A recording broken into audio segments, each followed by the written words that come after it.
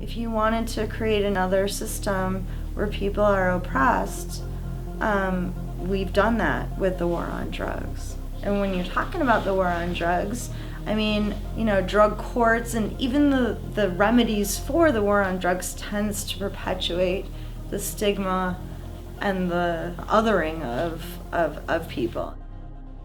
Drugs are taking a dreadful toll. Hundreds of thousands of people steal and mug every day to support the habit. Addicts and their needles are the greatest danger in the AIDS plague. What's so incredible about this is that the drug problem is totally self-induced. No one asked to get cancer. No one asked for a heart attack. But drug use is totally voluntary.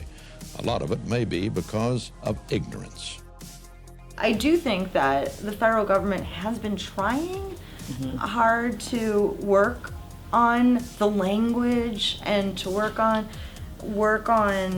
changing the messages around it, but I think it's when you have such an entrenched system, it's not like something, even if you wanted to do it, you can get rid of it. You can't really get rid of the war on drugs. I mean, you can try to defang it, but it's in people's like hearts and minds, just like racism is. You know, you can pass laws, you can change it, but once you have the systematic oppression of people with a health condition over more than 100 years, you can't just walk that back in a couple of steps. The drug dealers need to know that we want them out of our schools, neighborhoods, and our lives. And the only way to do that is to take the customers away from the product. Say no to drugs and say yes to life.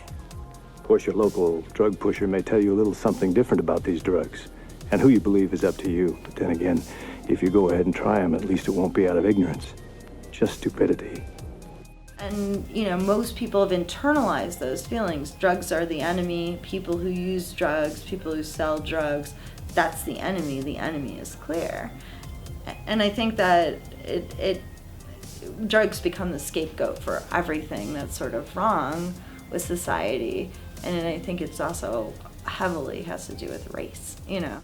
Every single substance that's been banned has been associated with a particular racial group. You know, it's really not about the substances, it's about the people that we want to get rid of who we associate with using those substances.